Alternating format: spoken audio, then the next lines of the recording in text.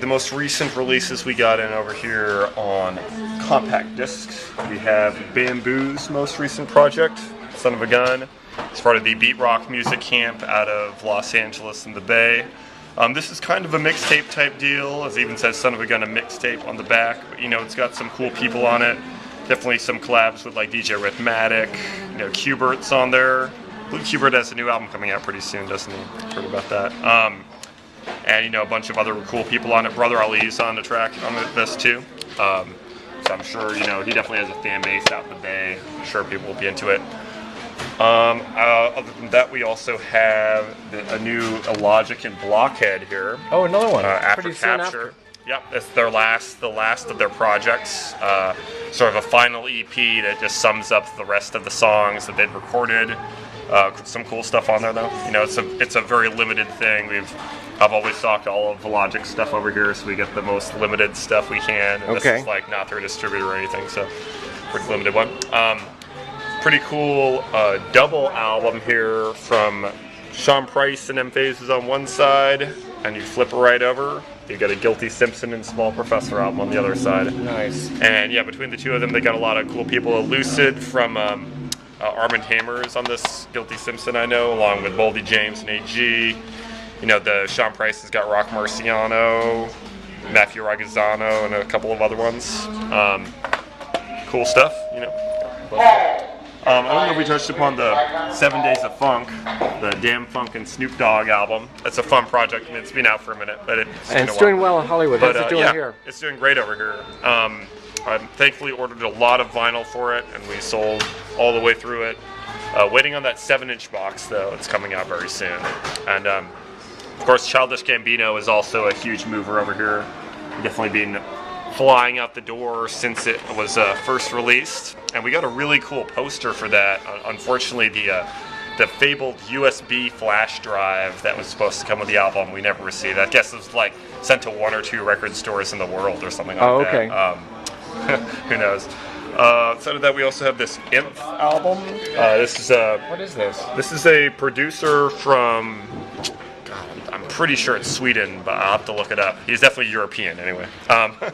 And he's a really, really good, solid producer. This record label, Beats Broke, is a label out of Texas that puts out some interesting stuff. This is called Music for Crime Scenes. It's kind of a period piece of sorts. It's meant to emulate a 1970s crime scene, all of the music on it. And it's, you know, 18 instrumentals for fans of like RJD2 or that sort of chunky, like instrumental hip-hop stuff. Will be a very big fan of this. It's been getting a lot of plays on Calyx recently too. Okay. I don't know those over there. And it's called again? It's called Inf, INF, and Music for Crime Scenes is the name of the album. It also has, you probably can't see it on the video, but this packaging's pretty cool. It has embossed fingerprints on the packaging, so if you hold it up to the light and flash it the right way, you can see fingerprints actually sort of embossed on the cover, which is cool.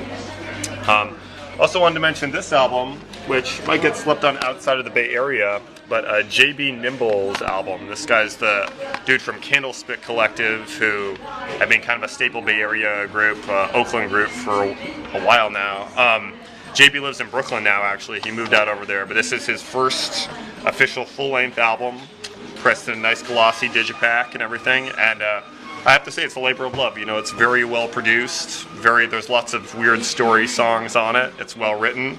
It's only $7.98 too, so it's definitely worth checking out. So he made that in the Bay before moving out east? Yeah, he made it with a guy Browse, who's from the Bay, before moving out east. Let's check the wax for a minute, because we have a lot of, actually more new vinyl than CDs. Is this a reissue? Yes, this just came out today. Freshly reissued on wax. We got The Great Adventures of Slick Rick, which, you know, not really a classic or anything. But no, just kidding. Yeah, this album's all-out classic. Some people's favorite album of all time. School yourself on Slick Rick if you haven't heard that. So what makes this one special, the reissue? Oh, well, it hasn't been available on vinyl for a very long time. I mean, at least not unless you want to drop a pretty penny on some used wax. Right. And you know, it's heavyweight. I mean, other than that, there's no bonus features on it or anything. It's just the availability element of it. Okay. Makes it nice. Also, finally got Lewis Logic on wax here. Okay. I mentioned I was a big fan of this album, Look on the Blight Side, and I do recommend it to people. It's a strong project of weird pop cabaret sort of hip hop stuff. It's very quirky, very experimental, and very good. And he actually produced the whole thing too, which I like a lot. Finally got a restock of this Billy Woods and Blockhead. That's my favorite album of last year. Okay. The 13 Dour Candy. At least definitely top 3. Probably number 1 though. I think about it the most as my number 1 pick. So that's very highly recommended. It's not cheap. It's about a $30 piece of wax there. But it is very limited edition. It's colored vinyl where it looks sort of like warped. It's like a warped color, which is kind of a cool way of approaching it. And I do very highly recommend it. It's worth every single penny you spend on it because there's no filler on that album whatsoever. Okay. I did really want to mention this one too.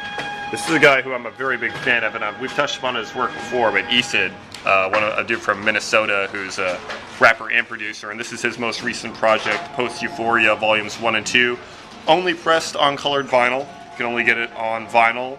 Or, it includes a free download card, though, too, if you want it on MP3. And I believe you can also download these from his Bandcamp. These EPs are like sort of free EPs he put out. Okay. But it's really nice to have it on vinyl, especially with this beautiful cover. I mean, how can you not love Visad's face just melting all over this woman here?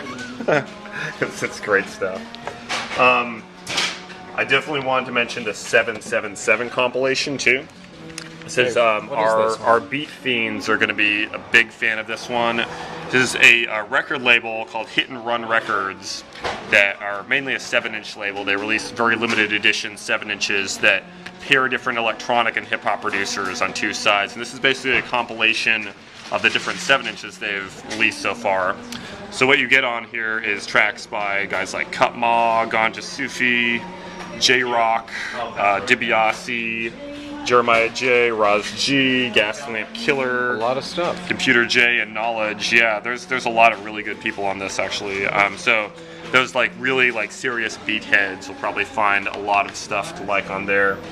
And last but not least, I don't know if we touched upon this one, but the Blue Sky Black Death got put out on vinyl too, also for beat heads. Very long symphonic songs for you to zone out to, and I recommend it. So He led at Amoeba Music Berkeley.